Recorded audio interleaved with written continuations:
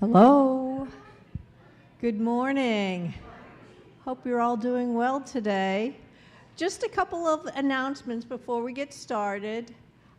This Sunday here at St. Thomas at 1 o'clock is game day.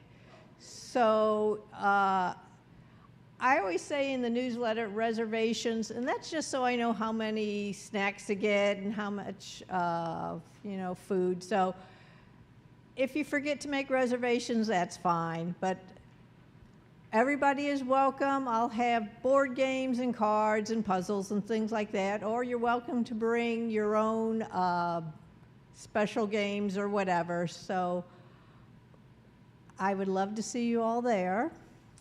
And then the other announcement is day trips. So if you've got the newsletter, you might have seen this form. This Monday, not this Monday, the 21st Monday, is we're going to Avita. It's $20. That includes your ticket and a bus ride. They'll pick you up right at the parking lot down there, so you don't have to worry about driving or finding a parking spot. There was a group of us went 3 weeks ago to come from away. It was fabulous. We did have a little rain delay, but I don't think we're supposed to have any more bad weather. So if you're interested, come see me afterwards, or you can call me or send me an email or a text. So we're also going to see Dear Evan Hansen on July 28th, and then on August 11th is La Cage Folle. So come see me if you're interested. And that is all that I have in terms of announcements. Our speaker today is Michelle Mike Ochonicky. I met Michelle, 2-3 years ago at an art class that she was teaching. She's a fabulous artist. And then I found out that she does Scrimshaw, which she'll explain what that is. But I was just blown away by her creativity and her skill. And I think you're really going to like this presentation today. So I'm really looking forward to it. I hope you are too. So let's give Mike a big round of applause.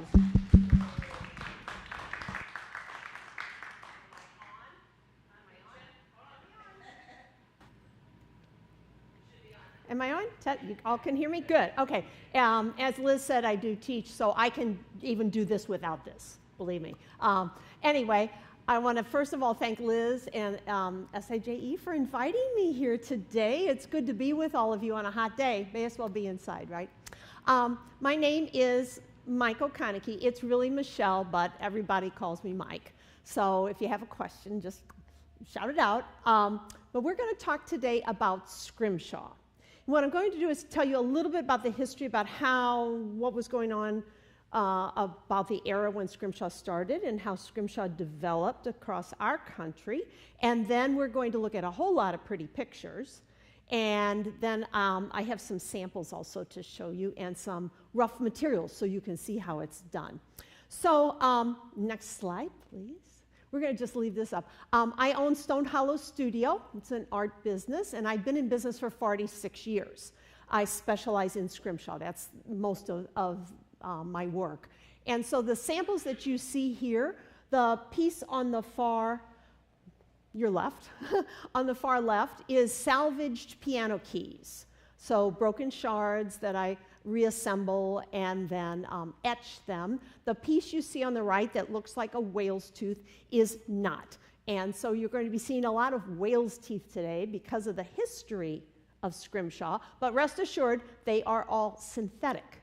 They are molded and sculpted to look like a real whale's tooth. Whale ivory is not legal in the United States, but they carve the same way. So that is a piece that shows you what antique Scrimshaw would look like. So the next slide is just a map, and we're going to leave this up for a while. And I put this up just to kind of give a point of reference. We all know about where we are, right? Smack in the middle of the United States there. And so right now we're going to be talking about the eastern seaboard, the northeastern part of the United States that touches onto the Atlantic. So if you think back to, late 1700s, early 1800s, when it got dark in your home at night, it got really dark, because there were no streetlights, there was no electricity. And people depended on their fire or candles for light.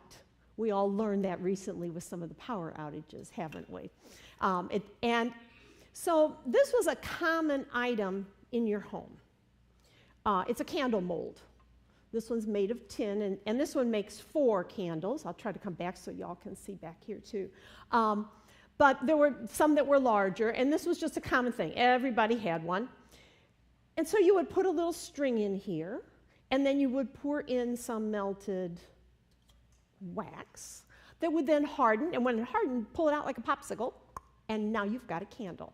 However, the candles weren't made of wax, because if you're in the wilderness all by yourself, at that time in history, where are you going to get wax? When I do this in grade schools, kids usually go, your ears? It's like, no. Where would you get wax? Well, you didn't. So they used other materials. They were very resourceful, and what was used for candles was tallow, T-A-L-L-O-W, animal fat, because people ate a lot of meat, and some of what wasn't used was the fat, and if you heat it, it melts and becomes liquid, and when it cools down, it becomes solid, like wax, so you could pour it into here to make candles. Now, think about that for a minute. Do you think those candles smelled very good? No. Do you think they lasted very long? No. And do you think they made the house dirty? Oh yeah, they smoked like crazy. Smoked and greasy, it was nasty. So after these, the advent of the Betty lamp came along. And this is a poor person's version because mine's just made of tin. The Betty lamp, not like the girl's name, pronounced like the girl's name, but Betty, B-E-T-T-E. In other words, the German word for better or good. And this was much better, This little lamp, and as I said, this is a poor person's, it's made of tin. Fancier ones maybe would have been made of pottery or crystal. They might have a pretty stand that they would sit up on. Mine has a little hook that you could hang it. And this little pot holds oil. The fuzzy thing here is the wick. Look at that and you think, it's not very much oil. But this was enough oil to burn all night because it used an oil that burned very efficiently, very slowly. Furthermore, this burned an oil that threw a very bright light. If I set it here, it would have enough light for both of you to read or play a game or so very easily. It was brilliant, kind of like a high-intensity lamp. But the problem was it only burned one kind of oil, whale oil. And there's only one place to get whale oil, isn't there? Hence the start of the whaling industry in the United States. And really, we cannot fathom the wealth this business generated. Powerful people owned whaling ships. It was the oil industry of the 18th and 19th century because everybody wanted those. And they didn't want just one, they wanted a lot of them. So, sailors set out from the eastern coast of the United States into the Atlantic Ocean to hunt whales. And that worked pretty well for a while. However, they realized that the whales migrated, and they moved north into the Arctic Ocean. So, the sailors decided to go get them. They sailed into, I didn't bring my pointer, sorry. They sailed out into the Atlantic Ocean and headed south, down around the tip of South America, back up through the Pacific Ocean, through the Bering Strait there, you're getting a geography lesson, past Alaska, up into the Arctic Ocean, hunted whales, and then they would turn around and return. You might go, wait a minute, why didn't they just go north? Well, that area is certain death, full of ice floes, getting into the Arctic Ocean. Any ship that got in couldn't get back out because they navigated by landmarks and by the stars. And every landmark had shifted when they turned around to leave. So they couldn't get out. So that was the only way. And when you look at that, you think, they're going to be gone a long time, right? A very long time. We know from contracts that exist now that sailors would sign on with a sea captain. They would pledge their loyalty to one captain for 3, 4, or 5 years. And during that time, they probably were not coming home and would have no contact with their families. So this was a very isolated work. But we have to remember the time in history. We're talking about the 1700s. We're talking about the 1800s. Scrimshaw is believed to have hit its peak in the whaling industry, hit its peak around 1840. So during that time, we didn't have internet. We didn't have dependable mail service. We didn't have telephones. We didn't have any way to communicate with anyone. So when you signed on to a ship, off you went. And you were gone for a long time. Furthermore, we know from those documents that although many of the sailors were grown men, cabin boys on board the ship who did duty of cleaning up, just odds and ends on the ship, were as young as 13 years old. So, you know, I'm sure all of us have grandchildren probably, right? Close to that age, and you think, oh my goodness, can you imagine them being on board this ship? But this was an exciting time. It was the opportunity to make a lot of money, if you survived, and the opportunity to see the world. You know, most of these people were from small villages that had never seen much of anything, and to head out into this vast world was exciting, but treacherous. Sea captains had absolute authority, and we know stories, oh, I could regale you for hours with stories of sea captains who were judge and jury and executor. In some cases, if a sailor did not toe the line, they were absolutely compelled to stay with them. The captains also had a little trick. Remember I told you about that contract? The captain held your contract, which meant you were sort of like an indentured servant to the captain. You could not jump ship and join somebody else's. And there were certain stipulations put into that contract to make sure that that didn't happen. We're going to talk about those in a few minutes. So think about, you're heading off on this trip. You're going to be gone a long time. If you're like my family, you probably pack everything but the kitchen sink ready to go, right? I'm going on this cruise. Well, this is not a Caribbean cruise. Each sailor was allowed 2 items. One was a sea chest, and their sea chests were not big, they were small. The sailor had to be able to carry it himself. So not too big. We'd probably say a carry-on bag, right? And they were allowed to carry what was called a ditty bag, D-I-T-T-Y. We'd call it a backpack, personal items. But these folks didn't have too many personal items, okay? Bathing daily, well, believe me, bathing just wasn't even done. Change of clothes. Time in history where if you had more than what you were wearing at that moment, you were pretty well off, and you certainly wouldn't be getting on a whaling ship, okay? We know that they brought along games. Games that were brought on board were things like dice, decks of cards. We don't know about checkers, maybe. So small games. They brought music, not iPods, but they had harmonica, maybe a little squeeze box. If you're lucky and got on board a ship with a sailor with a fiddle, you were going to be entertained on some evenings. And we know they didn't bring much clothes. As they said, there were no change of clothes. If you were heading into the Arctic, you hoped to bring a heavier coat. You were hoping maybe a blanket or something like that, but not much. And we also know that the one thing that we would probably take on a trip, right? You'd go and pack a book or 2. They didn't bring them. Because by and large, the sailors on board whaling ships were illiterate.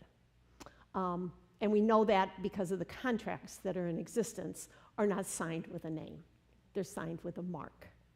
That history or that tradition has come down in Scrimshaw, and most Scrimshaw artists do not sign their work with their name. We sign with a mark.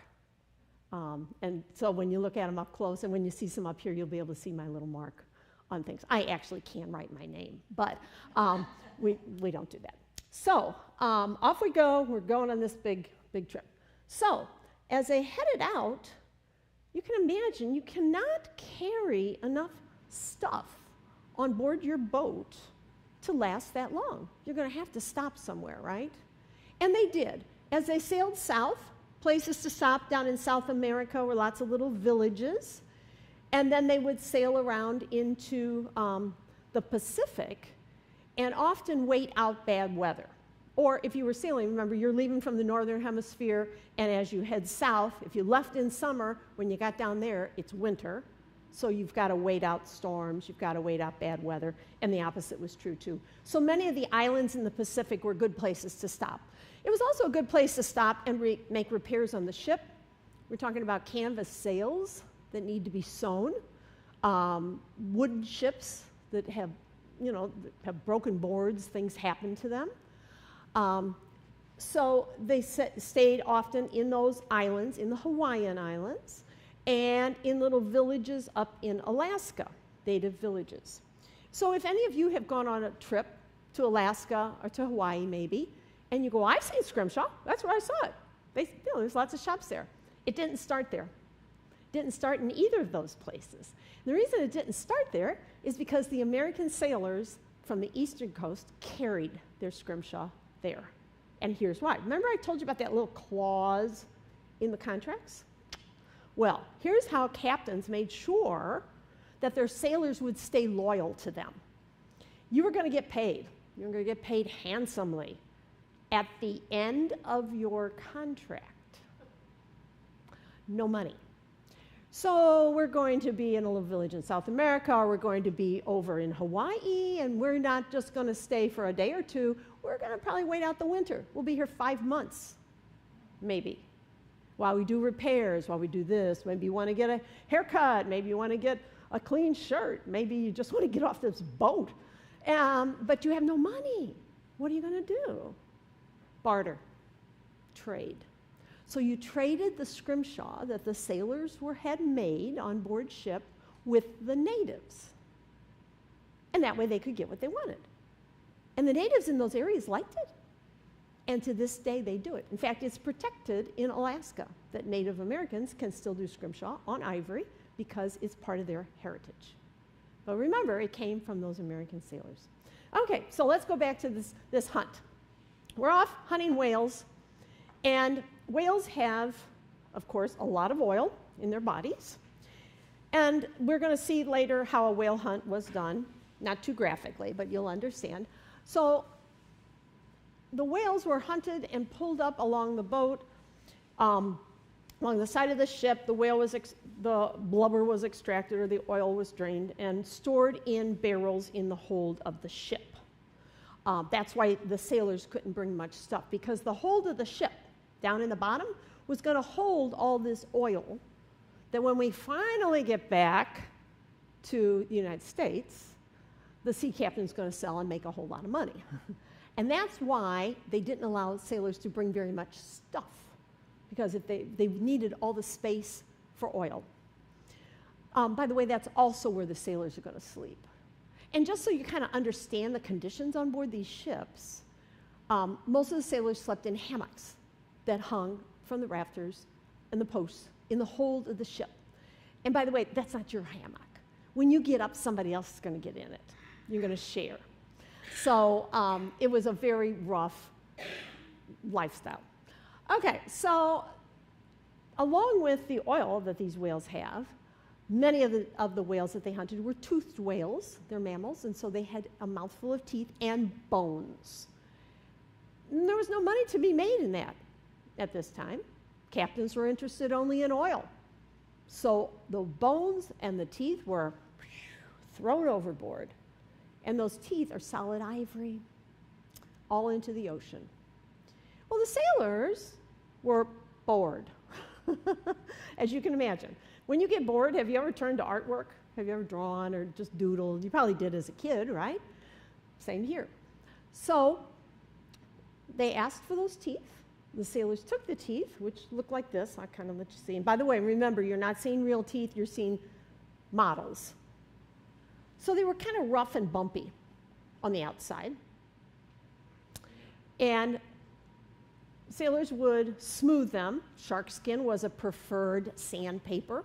They're very bristly and work really well to get it to look like this. I guess you can see.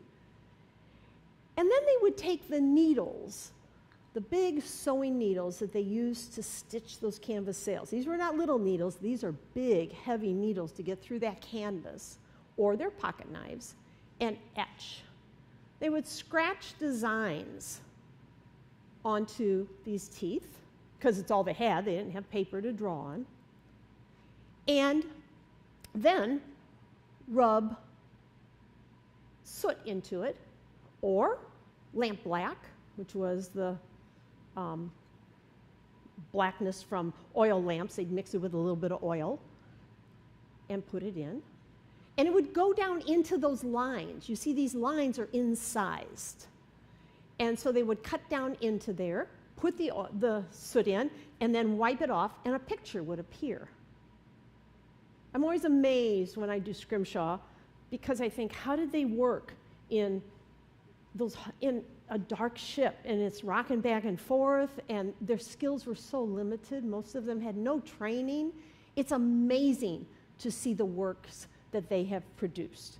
If you ever get a chance to go to Boston, I was privileged to be able to actually study and see some of the Scrimshaw collection at the Peabody Essex Museum. It's up, actually closer to Salem, Massachusetts.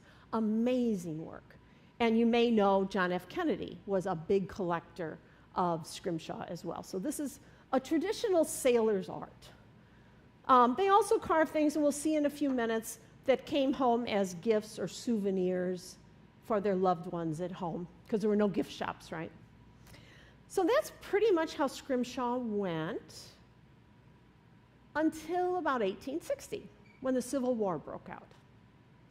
And as the Civil War was gearing up, as the ships came back in, many of the sailors, as their contracts expired, opted to enlist in the fighting armies and did not go back out to sea. It really damaged the whaling industry. In fact, some of the ships were used as a blockade down in Charleston to try to blockade some of the southern port, and burned. Because when ships are covered with oil, they burn very well. But some other things happened during the Civil War that really kind of changed the need for whale oil. First of all, kerosene came into use. We still use kerosene today, right? If you go camping, if you have an oil lamp, or maybe you have a kerosene heater. So kerosene began a little more common use. By about 1880, people had gas jets in their homes. And maybe you've seen this, a little pipe, and you could light the flame, and an oil lamp would burn, or a gas lamp. We still use them now, right? If you have a fireplace that you flick a switch for, you've got a gas jet in your house, or your stove might have gas jets. By 1900, and that's only 40 years after the Civil War had started, electricity was coming into use. It had been discovered and was a little more common. So we no longer needed these smoky candles or these little Betty lamps or the whaling industry in the United States. Still continued in other parts of the world, but not here. So as things kind of wound down, Scrimshaw took a little different turn. And I always like to say, prior to the Civil War, the bulk of the population lived east of the Mississippi. After the Civil War, people really kept moving. And as they moved along, they too did Scrimshaw in various ways. You've probably seen powder horns, similar to this. This is an old one. And powder horns come from cows, they have two. They're hollow, however, hollow on the inside. So they make excellent containers for gunpowder, for water, for whatever you want to keep dry, keep your powder dry, as they say. And this is where that saying came from. And it was a good thing to scratch on as well, to etch on. Explorers, pioneers, settlers would carve on them. often maps. That's what this has on it, is a map. This is from New Haven, Connecticut. And you can take a look close at it later. They kind of used it like a scrap paper to etch what they saw. They also used it to record the various kinds of animals. You know, we think of Lewis and Clark on their great expedition, and how they discovered so many different animals en route. And so you could scratch into here. Now, this is a form of Scrimshaw. It was not done at sea, but from an artistic standpoint, it's classified as Scrimshaw. We also have Scrimshaw being done on pocket knives, on handles, etc. By the way, in case you're wondering, it's kind of a weird word, isn't it, Scrimshaw? What the heck does that mean? Its origins come from a Dutch word, or its origins are believed to come from a Dutch word that means a waste of time. It was busy work. And Scrimshaw, you know, you have to think of the guys on board ship. It was just keeping them out of trouble. Because when you've got a shipload full of guys with nothing to do and they're getting their ration of rum every day, you are in for trouble if you don't keep them busy. And so Scrimshaw kept them busy. There are captain's logs or journals that say how difficult it was to get their crew to pay attention to go hunt whales when they were so busy doing Scrimshaw. And the term scrimshander is someone who does Scrimshaw. I enjoyed putting it on my IRS tax return under occupation. Scrimshander. Anyway, so with that done, we're going to look at a few materials. Now, we already talked about the teeth, right? And I mentioned that these are artificial. These are made of resin and then fired. So if I drop them, they will break. But they can be cut. They can be etched. So the pieces that you see here is my work. And I brought a book along, and later you can take a look of this is Early American Life, did a feature on some of my work a few years ago, and this is a step-by-step on how it's done. So basically, once it's polished, I roughly sketch the design, and then maybe I don't etch. I'll find my tool and show you when it shows up. I'll look for it in a minute. I scratch, well, it's here. I scratch with a little needle. So as I cut, it's basically white on white. I have real bright lights in my studio, and I can see that line. The only way that I can describe it, or I think the best way to describe it, is if you think of when you ice skate and you see the line behind you from skating, that's how this looks. So you can't see what you're doing. You can only see what you've done. And then I put ink in. And if you make a mistake, well, yeah, tough. You can't erase. You can't erase. So you have to learn how to work it in and incorporate it in. So that was the original, was on ivory and on whale's teeth, was how Scrimshaw originated. However, other materials were used. Sailors also used this, and I think it's kind of fun. Imagine being a sailor from one of these little towns, and you find yourself in these exotic places, and you had no schooling, so what would you think if you saw a polar bear or a walrus or an Arctic fox? When you go home, nobody's going to believe this. So you draw, you would etch, try to copy it, try to tell people. This is a slice from a walrus tusk. You know, they're big, long tusks. They are ivory, and they are solid all the way through. But walrus ivory, and that's why I like to bring this along, has something very unusual about it. You can probably see this very center, kind of looks like cracked ice. It's got a crackly look, but it's hard. It's very, very hard. However, this is how you can always identify walrus ivory. It has a very peculiar characteristic. Maybe you can see if I hold it up here. It's translucent. The light passes through it. It doesn't matter how thick it is. Light passes right through that center. It's just amazing. This is a very old fossilized piece from Alaska, and you can tell it's fossilized by the outside, so many, many centuries old. Going down to South America, sailors also picked up these. And you go, rocks, great. No, it's a husk, and inside it has a nut that looks like this, and if we cut it open, it looks like that. Kind of looks like ivory, doesn't it? Well, that's what the sailors thought also. And they called these ivory nuts. They're not ivory. They're tagu nuts. T-A-G-U. The word is sometimes also spelled T-A-G-U-A. Tagu nuts, it grows on the tagu palm tree. And if you've all been to the south, to Florida or Alaska or Hawaii, and you've seen big, tall palm trees, well, the tagu palm's about as tall as I am. It's very little, consequently, its nuts are very little, but these can be etched. They're really hard, trust me, and you'll see a sample in the slides, but they can also be etched and produced scrimshaw. We talked about the explorers as they moved westward, etching on powder horns. So this would be from cow, from oxen, from buffalo. Buffalo would be very dark. So they etched on those horns that were used as containers. We also see these being used. And they're pretty common to find. You probably know what that is, you know, deer antler. And did you know, or maybe you do, that deer lose these every year, every single year. They just get loose in the winter, end of January, beginning of February, and they fall off. I found this one on my property. And you can tell this is a fallen antler because when you look here, it's kind of rounded at the end. And if we could find the deer this came from, we would have he'd have a little cup shape in his head that would match that exactly. It hurts about as much as it hurts a kid to lose a tooth. You know, it just wiggles and falls off. And as soon as it falls off, a new one starts to grow in its place. They should be coming in now when you see deer in the woods, or if you go to Lone Elk Park or wherever, you see them, and they come in, they're fuzzy.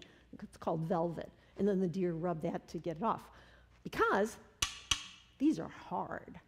And they are excellent for, well, you could use that as a fork, couldn't you? Or you could put a spoon right into there and use it as a utensil. You could do a lot of things with these.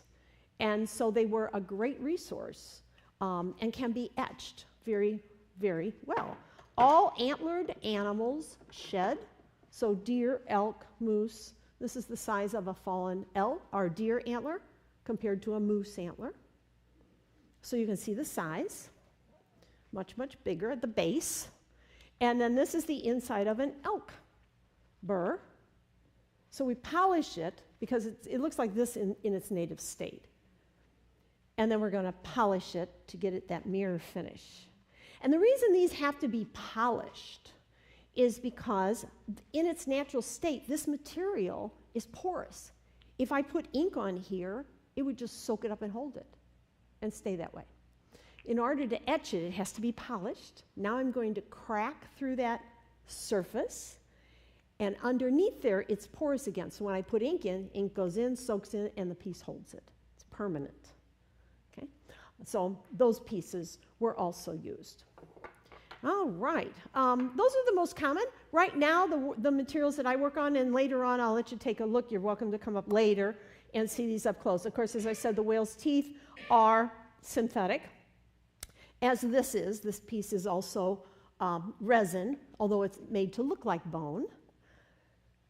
I also carve on cow bone. That's what this is all cow bone. Pretty easy to come by, and to show how tiny I carve, these are little tiny earrings. And then I also still carve on some ivory. The framed piece here is made with shards from piano keys, as are these little bookmarks. So I salvage old keys and recycle them. So I think it's time to look at some pictures. I wish I could find where I found it, so that you can see what the tool looks like. It's like that. It's not electric. It's not power.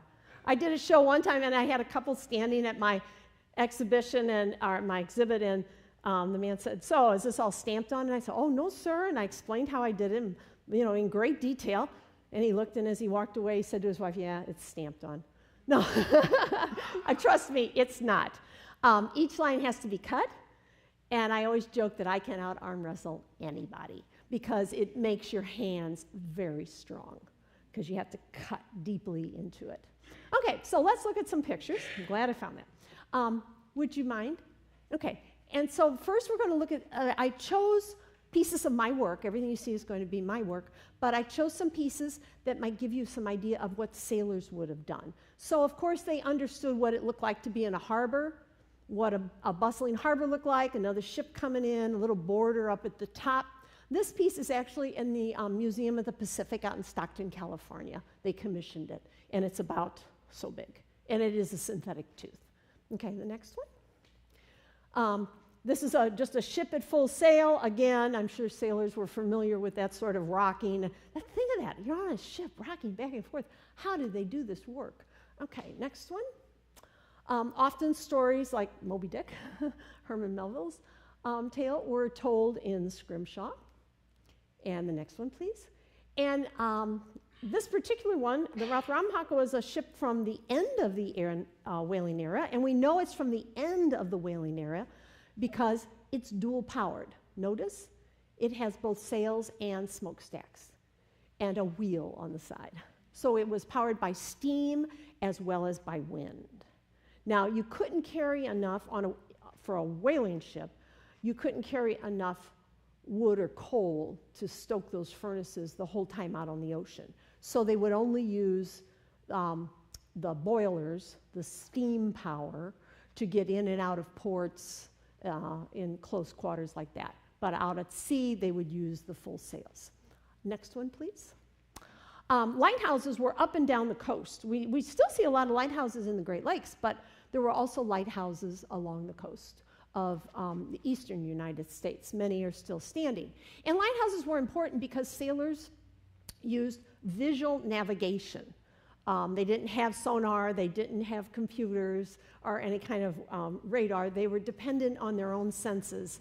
And at night, it was very difficult to see where the shorelines were. Furthermore, if you're familiar with the northeastern coast of the United States, you know it's nothing like the southern coast of the United States, right? You know, Florida, Alabama, all the Georgia, they're just nice sandy beaches. You just go out to the water. Oh no, you go up north and it's rough and rocky and craggy, and it is not a good place for ships to come in and out of.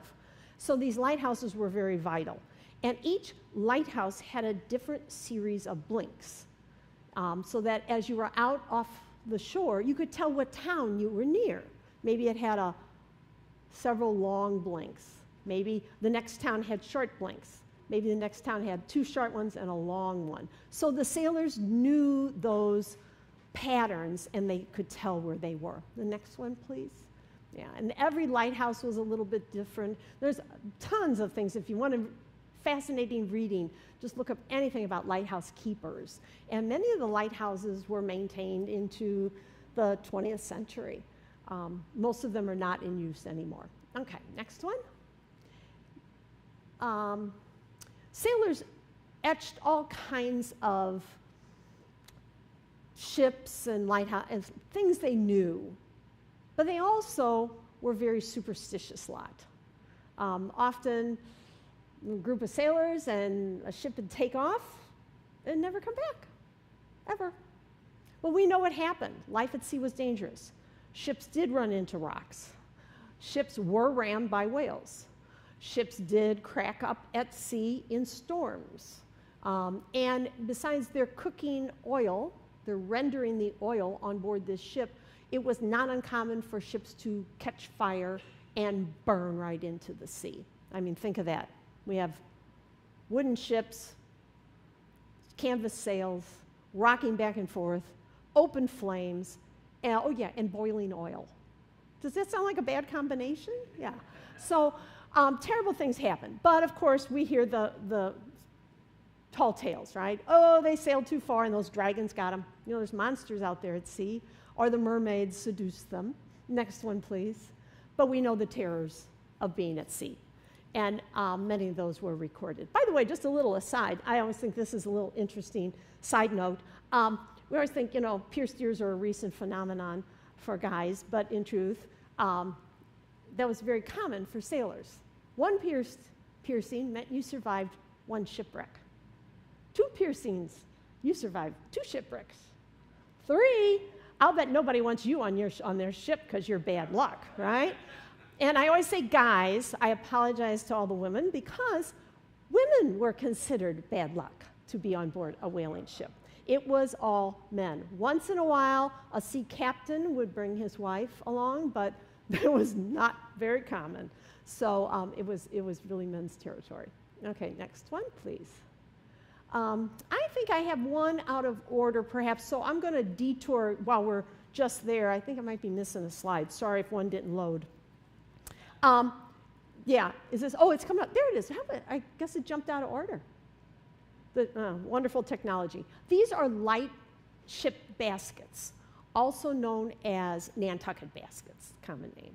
And I just want to tell you a little bit about these because a lighthouse was an expensive thing to build, as you can understand. And that meant the town had to pitch in or somebody had to own the thing and have it manned and maintain it. And besides, maybe a town was in such a place where they couldn't build a lighthouse very very well. It was too rocky or whatever. In those cases, a town might employ a light ship keeper. And I want to tell you a little bit about what a light ship keeper did.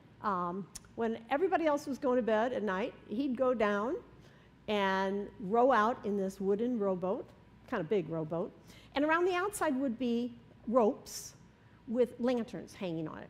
And it was his job to light all those lanterns, drop anchor off the shore, and stay out there till the sun came up because he was basically a floating lighthouse. That was the light ship keeper's job. It was lonely, and he had to stay awake, and there's nothing to do because there's no radio, there's nothing. Well, the light ship keepers realized, especially the ones in the Nantucket employed light ship keepers, that if you had a mold, a wooden form, you could pretty much weave a basket by feel around. You started here and you worked your way around. And when they came back, they put lids on the top. And these were called light ship baskets. They made them in all different shapes. Once they got back home or back on land, they could carve a handle, and the top could get a Scrimshaw plaque. They're commonly referred to, as I said, as Nantucket baskets because so many were done and are still done in the Nantucket area. They're characterized by a very tight weave, and they were used as market baskets, purses, and all different sizes depending on the size of the wooden mold. But as you can see up here, many people mistake Nantuckets as being factory made because, as you can see in the picture, they're all the same shape and they're all the same size. That's because they wove them around a wooden mold. Okay, but they were hand done. Okay, thank you so much for finding that. Can we go back to the one with the mother? And yeah, along with monsters and sea demons, they also had to remember the people they left at home, their wife or their mother or their sister or their child. Again, an age before photography. So you had no way, you couldn't take someone's picture and bring it with you. You had to maybe etch and try to remember what they looked like. Next one, please. Okay, and this is the top of one of those baskets. The Revenue is a mythological ship, and it's a place where sailors go when they die. And it's so big, the story goes, that it got stuck at Dover on the other side of the Atlantic, and that's why there's white cliffs of Dover. The paint rubbed off the Revenue and made the cliffs white. So next one, please. And there you can see what it looks like. Okay, now we're in. All right, now as pioneers and explorers traveled westward, of course, they were not seeing whales and ships, but they were seeing other things that they wanted to remember and could not photograph because that wasn't possible. So we see this sort of scrimshaw, and this is kind of referred to as inland scrimshaw, that is not done at sea. So things like different kinds of ducks. Next one. Deer, and here we see something about the habitat from this piece of scrimshaw. We know that deer like to eat sassafras leaves, which they do. So they, these explorers are folks who are traveling and seeing all the beauty and all the wonders of this new world. Were trying to record as much as they could. Next one. little raccoon, onward, next piece.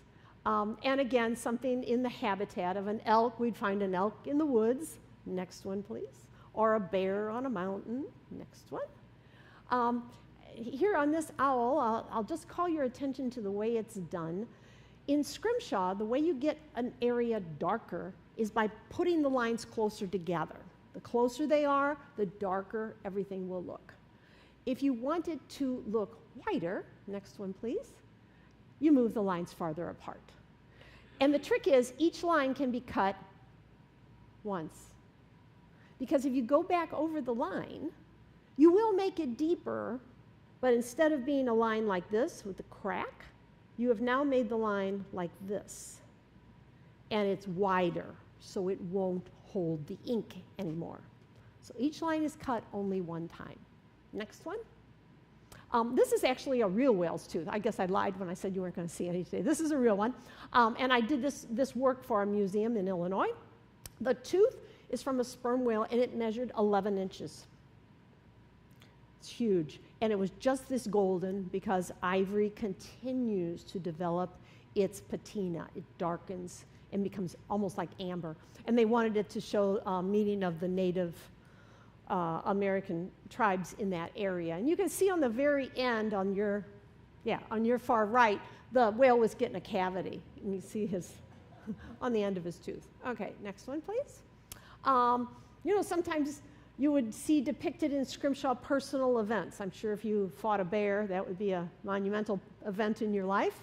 Next one. And we do see a lot of Scrimshaw of buildings. And it's believed that many of the, especially sailors, did a lot of historic buildings like courthouses and churches, probably because they copied pictures out of magazines or out of books, if they had them. Next one. This is more the kind of Scrimshaw I do now. More people are interested in bass than whales. Okay, next one. And remember I talked about that tagu nut? This is what it looks like when it's etched. They're really hard to hold on to, too. Okay, next one. Now, so far, everything I've shown you has been done in what's called the New England style of Scrimshaw, and that is lines. So it's simply a line. Sometimes things would be cross-hatched, that is lines going one way and then crossing back over, cross-hatch style. You saw some of that.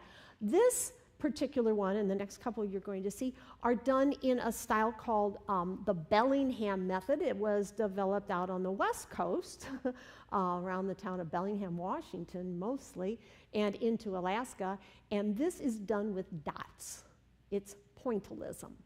So there are no lines on this piece at all. Even that line that looks like it's part of that tree trunk or that tree branch where the leopard's resting. One pin dot next to another. Our eyes are used to looking at this because we see pixels, don't we?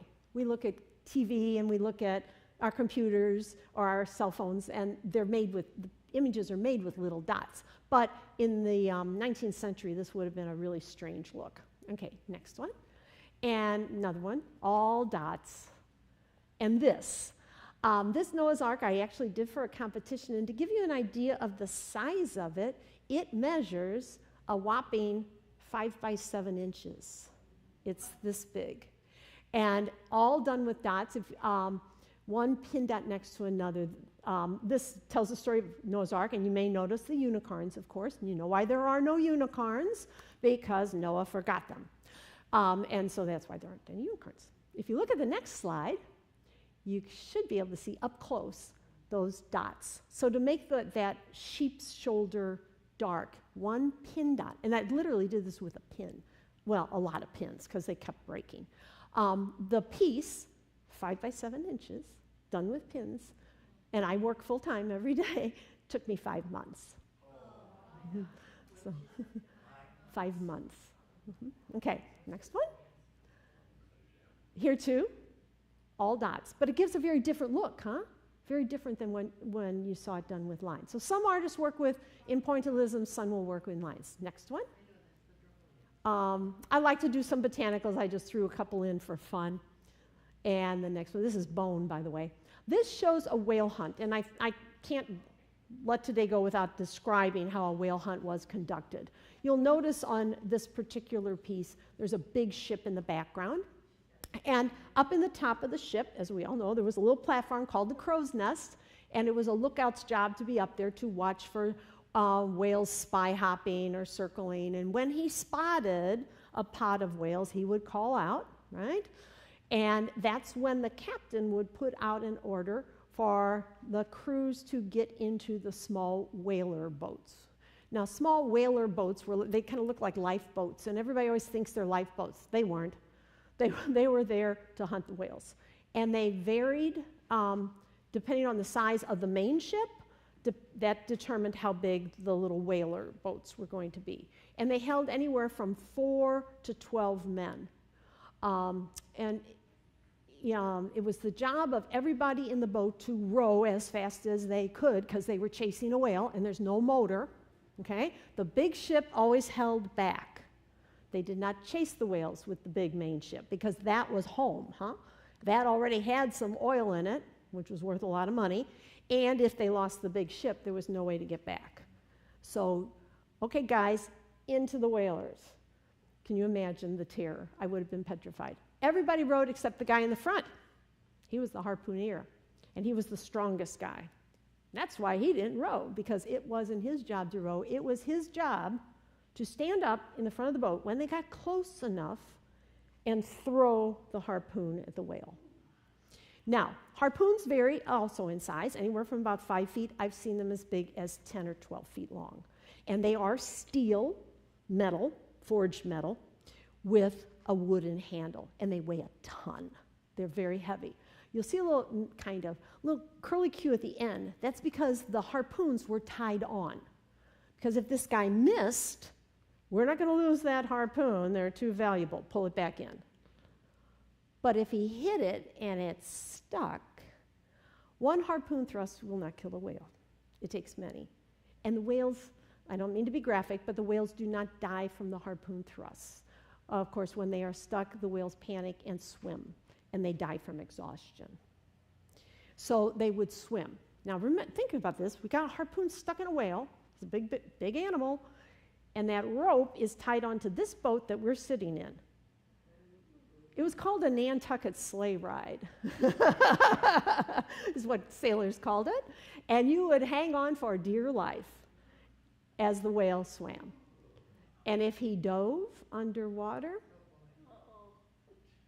you can understand how dangerous this job was.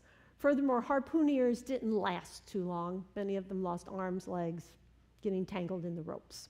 So this was the really dangerous part. Once the whale was caught, however, and everything was over, they would row again and drag this beast back to the boat. It would be tied up on the side of the boat, and then the sailors would actually jump down off the boat onto the whale, and that's where they would start to cut it up, haul it up on the deck, and the deck would have big vats. They were pans maybe 12 inches high and very, very long and flat with fires burning underneath it. And the fat would be rendered, the blubber would be rendered into oil and then poured into barrels because it was liquid, and then that would go down into the hold of the ship. They say that the ship's decks were so slippery you could not walk on them. Sailors just slid overboard. It was just treacherous. Whale oil is just a very thick lubricant. It's even used in machinery. You know, heavy machinery often used whale oil to lubricate it, so it's a very thick oil. Okay, so now you know how that's done. I think I have a couple other ones to end on a better note. Just, kind of common every day. This is an old compass, and the next one, again, you can see how close together some lines are and how far apart they are. And that's what gives you darkness or lightness. By the way, if the lines are too close together, they too won't hold ink. So it's that, just learning that fine little bit. The guy who kind of trained me in Scrimshaw said you just cut it and you ink it, and then you practice for 20 years. So that's how it's done. And I think there's one, there we go. So, can I answer any questions? I think we're right on time, yeah. Did you ink each line individually, or wait till it was finished? Oh, did I ink? Yeah. Good. That's an excellent question. She said, did I ink each line as I went or just finish? I do a rough outline first, and then I carve. If I'm working in my studio with my lights, I will brag. It's the mark of a good scrimshander on how little you ink, because even the ink has a little bit of grit to it. And so if you put it on too many times, it can scratch the surface. And then the next time you ink, those scratches will show up. I ink everything once, no more than twice. So it's all done like that. And for anybody who wants to know, I do work without magnification. I have been blessed, cursed, as I say, or cursed, blessed. I wear contact lenses, so I can see you. If I didn't have my contact lenses in, I couldn't see you. I couldn't see you. I have about a 6-inch focus. And that's very bad for, yes, but I found my medium. I take my lenses out, and this is my world. And I'm asked sometimes, the largest piece I ever did, I have done tabletops. So some of them take a long time. One of the greatest honors I had, I was asked, commissioned by the St. Louis Archdiocese to scrimshaw an altar. And so the pieces are here with the 12 apostles that go all the way around the altar. And each piece, this is what it looks like. I designed it with grapes at the top and wheat at the bottom, and the name of each apostle, and then there's symbols. There's 4 on the front, 4 on the back, and 2 on each side. Anyway, the work took me a full year. I worked 1 full year, and they were displayed at the Cathedral Basilica. They're now installed in the church. So I'll leave this up here if anybody wants to see the step-by-step. If you want to go home and give it a try. Yes? Oh, that's a good question. Is it always black? Yes, traditionally. If it's traditional scrimshaw, yes, it's always black because sailors only had lampblack and soot. Now, you will see scrimshaw done with color, and that's done either with some colored inks, and some scrimshaw artists will use paint. So I caution you, if you ever get the chance to purchase colored scrimshaw, don't, because, whoops, sorry. I'll be right back. It's not a good idea because if you handle it, it's not permanent. Black ink, I use India ink. It's permanent waterproof. And you can put it through the wash machine. I don't recommend it, but my husband does it with his pocket knife all the time. So we know it'll hold up. But the colored inks will not. So if you handle them much, the color can come out. It's not permanent. After you put the ink on, you put some kind of coating over it? No. No, I want to make sure that this surface is highly polished to begin with. That's the trick. Remember, because it's porous. And I cut the lines, and I put ink in, and then I have a short window when I can wipe that ink off the polished surface. After that, I need to use a little bit of water. But because of the way this is cut, remember, this is not on the surface. These lines are cut into the surface. So I'm only wiping the ink off here. It's already gone down in that crack and bonded just that fast with the material. What's the ink made out of? It's India ink. I use India ink, but as I said, sailors way back when would have used lampblack, which was soot mixed with some oil. Yeah. Yes? I wonder, on the baskets you showed us, I know there would be various amounts of time, but what would you estimate that it would take to do the top of one of those? Kind of depends. And it depends on how complicated the design is, or a piece like this, now we're not talking about cutting the piece, polishing the piece. The prep work actually is almost as much as the scrimshaw, time-wise. It's not the glamorous part, but there's just as much work. A piece like this would be a couple days' work. No, a couple days on. Now this is done with lines. Lines are much quicker than pointillism. If I did this with dots, the same image, I usually estimate 3 times the amount of time. It takes about 3 times longer. I know that you said you have contact lenses. They didn't have those things. No, they didn't. What did they do? Oh, my contacts are just so I see every day. when I do my Scrimshaw, I take them out. So I'm super nearsighted. Yeah, so that's how I can see so close. I work like right there. Yeah. And how do you estimate the price that you're going to charge? Oh, it depends on how I feel. No, I'm teasing. I'm teasing. Yeah, there is. There really is. And I have some things, you know, like custom orders are, we have to do a lot of talking with customer, you know, like what do you want and how do you want this done and that done. And I have a pretty good feel on how long something will take me now, after 46 years. I'm pretty sure. And then I have other things that I know, I call them my popcorn. Certain things that I sell to, I sell to a lot of shops and galleries, as well as online. And so there's certain things that I know I can turn these out pretty rapidly because after 46 years, my hands work very fast. You know, I'm very used to routine. And as I said, this is my job. So every day I'm in my studio. So you just kind of have to, gut feeling. Yeah. And I try to be real fair. So I know that wasn't an answer. I really can't. Yeah. Yeah. I have one box that I don't think it's pictured. You might be able to see it online. A couple years ago, Living St. Louis filmed a segment at my studio, and I was working on a box about so large, and it had a ship on the top, and I did some sea creatures around the side and some panels, and it did sell, and it sold for $2,500. So it was about so big. Lift-off lid, kind of give you an idea, you know. But again, it always depends on how much work is on it, you know. Mm-hmm. I'm just curious, are you talented enough to draw a picture on paper? Oh, yes. Yeah, I do a lot of pen and ink drawing, and I've illustrated some books and magazine illustrations, that sort of thing. I've also done mural work, like large installation paintings. I teach painting, and I do oil paintings. My bachelor's degree is in sculpture, specifically, so I was a sculptor. And yeah, and then I have additional degrees. And I just finished one from the Smithsonian Institute. I also have a degree in world art history. Yeah, I can attest that, yes, she can draw very well. I can draw little stick people. Anyway, yes. And drawing does help. However, the way that I work, and everybody works, you know, differently, but I tend to just do a basic outline. Like if I were doing this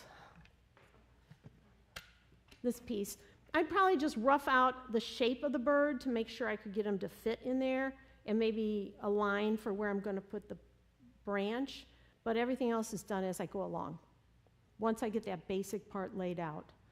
So all these little details are not sketched in. I etch them as I go. Mm-hmm. Just like you would do in a drawing or a painting, you add as you go along. So, yeah. Anything else? Yes. I have. She asked if I've ever etched on shark's teeth. Yes, I have. They're, you know, some are bigger that you can work on. I've also done work. I've done work on elk teeth. Some people who hunt the elk incisor, they make into necklaces, and I've worked on those. I had one customer ask me one time if I would do her teeth, and I said no. No. You can't believe what I have. You really can't. But as far as subject matter, it's been all over the place, from historic things. I also do a lot of botanicals, florals, and that sort of thing, which were appropriate to the 18th century too. As well as I had somebody who had a restaurant, and they wanted me to etch their restaurant. I had another customer who owned a heavy equipment company, and he wanted bulldozers. I mean, it's just like. And then I do a lot of personal things too, like pet portraits and horses. People want their particular animal. So, yeah. So yeah, I did a piano for a concert pianist that the keys were done with florals, all florals. And then I did another one that a guy had a player piano, and he wanted a portrait of him and his wife and the center keys. So I did their portraits on it. So yeah. Yeah, some really inlays. I've done furniture inlays in banjos, inlays in guitars. inlays in custom-made arms. Yeah, just all kinds of crazy. My husband always teases me and say, will you just say no sometime? Just no. But that's the fun of it. So, yes. I apologize, I wasn't here at the very beginning. Did you describe how this all started? I did. Yes. It was all in search of whale oil to provide lighting. And it started, Late 1700s, early 1800s. Kind of generally agreed to have hit its peak in 1840, around 1840, give or take. Kind of ended in the United States. It pretty much ended by the Civil War. Yeah. And then continued in a few other farms, but. if you're looking for something to keep people busy. You know what? It is really interesting because I do some presentations in schools, and I was asked one time to do a presentation at a school where the children were, let's say, less than well behaved. Okay? They all had, it was, kids who had been in trouble. How's that? And the principal kind of warned me, and so I kind of did a presentation, and then after I said, now you're all going to make a piece. And I had little pieces for them. You could have heard a pin drop. They were all just like so intense. It's like, and there was you realize this is how it worked on a ship. You got them all quiet. They just all settled down and they were in that little tiny world. And you kind of get carried away. The lines just kind of become hypnotizing as you work. So, yeah. Can I answer anything else? Oh, there are always some. Like I said, I've been doing this for 46 years. And a lot of times I'll go in as a supplement because usually around 5th grade they study American history. So it's nice to see this. And sometimes there's a mention of the whaling industry or of Scrimshaw in their history books. I also do some for environmental groups, to teach them why we don't hunt whales anymore and why we shouldn't do this. But this is how all this happened, so we can kind of take a look at that. So, there's always kids who are real talented. I will tell you, it does take practice. I have my first piece. I should have put it in here to show you. I still have it. It was a knife handle I did for my husband, and it looks exactly like a beagle with antlers. It was supposed to be a deer, but I tell you, it's a beagle with antlers. But yeah, yes it is. Not intentionally, believe me. So it just takes a lot of practice and control. As I said, because of the way I hold the tool and it takes so much pressure, I tend to use a two-handed method. So don't worry, I won't etch into the pew. I hold it and then I steer with my other hand because I can't press hard enough and control this.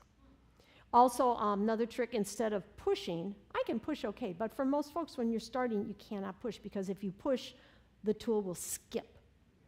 So you have to pull, and then you turn it, pull.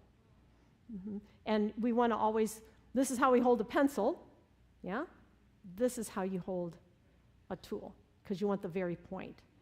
And I will confess, this one is dull on the end because I take it to a lot of events and it's been dropped by people so many times. It's not pointed. Mine are real sharp, but there's no power, all hand done. And you do see some things that are marketed today that are classified as Scrimshaw, and they're not. And you can usually tell by, if you look real closely and it looks a little too even, you don't see that variation in shading and the depth of the lines. And many things are pressed in, especially into synthetics. They can put, steam press it in when it's soft, or it's painted on, or it's not etched. So I do invite you to take a look at these up here. You're welcome to handle any of these pieces. However, I'm going to ask that these you just kind of look and don't handle them, but you're welcome to see them. As I said, this is piano keys. This is the synthetic tooth. This is a little box that I used to make a lot of these. This is made of bone, and there's 13 pieces to put this together, and then it's etched all the way around. So you can kind of take a look at that. See how small. I also have some of my cards up there. My website is stonehollowstudio.com, as you can see on there. And there is, of course, an online gallery, as well as a catalog on there. But the gallery, you can see a lot of my work, some of my paintings and drawings, etc. And there's also some other pieces of Scrimshaw that you can see on there. And there's also, for any of you who are interested, there's a downloadable page called The History of Scrimshaw. So if you want to remember some of what I talked about, you can just print that out. And yeah, yes, sir. Where did you grow up? Oh, South St. Louis. Yep, South St. Louis. I born and raised right on the banks of the Mississippi, you know. We didn't have too many whales around here, but I'd like to tell a more glamorous story, but no, and now I'm a little bit past Eureka. So, yes? How do you keep from going crazy? Well, I'm not very well so far. I just love it. I do what I love, you know. It's been my fortune. I had came out of school, there weren't many jobs for, you know, artists right away. And I took a wonderful job with a major company. In fact, we were just downtown the other day, and I was telling my granddaughter, yeah, I had a corner office that was all glass, mine, on the 22nd floor, pointing out the building, and I could feel myself die a little bit each day. I always say it was a wonderful job, but for somebody else.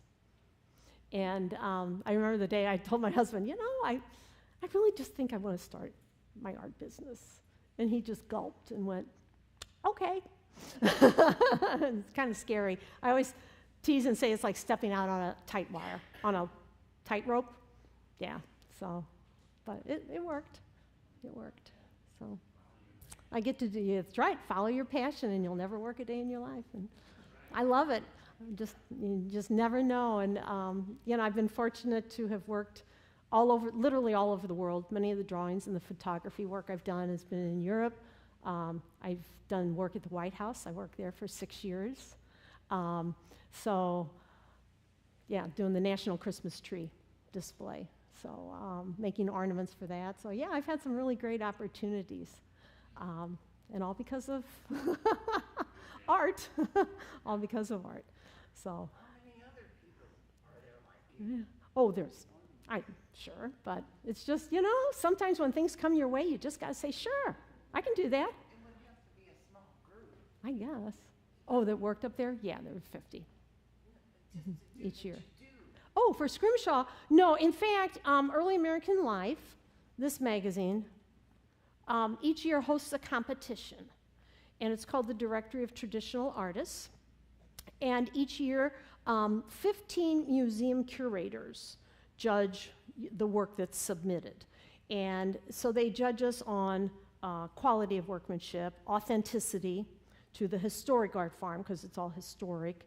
And they judge on another thing called ability to become an antique. Not the artist, but do they think your work will increase in value, or do they think it will be? So the jury's out for this year. They haven't judged yet. They don't announce it until like August. It comes out in the August magazine. But last year was the 27th year my work's been chosen, and I was the only Scrimshaw artist. So they choose 100 artists in the U.S. So, but it's always worth looking for that magazine, because they'll have the finest woodworkers and the finest pewter workers and the finest silversmiths, and oh, it's just beautiful work. It really is. So. This one, and you can read this one, this is also on my website if you want to read it. It is December of 2018. Yeah. Yeah, they just came back. I know they were out of print for a little bit, but they're back. 2018. But like I said, if you go to my website, you can see it also, because I loaded the whole thing up on there. So you're welcome to take a look. So thank you all for being such a great audience and attentive. Thank you, Mike. That was fabulous. You're welcome. It's a working studio. I'm not open to the public because I'd never get anything done. And a little bitty tiny out by my home out past Eureka. Okay. Yeah, yeah. Thanks again. Lunch is ready, so you can either take the elevator down or the stairs if you want to get your steps in. So let's give Mike another round of applause. Thank you. Thank you. Also, if you want to just come up and Take a look. take a closer look. And I'll move the unauthentic phone.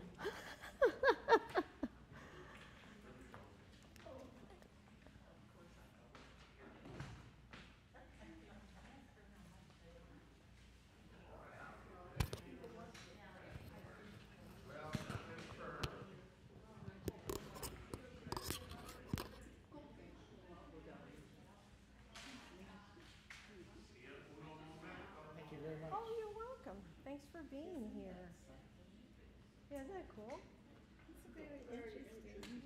Interesting materials. You do beautiful work. Oh, thank you. love it. Thank you very I much. want to look at the earrings, of course. I'm a jewelry person. Everybody likes What it. is it? Oh, aren't they 22. They're so And little. there's all kinds of them on my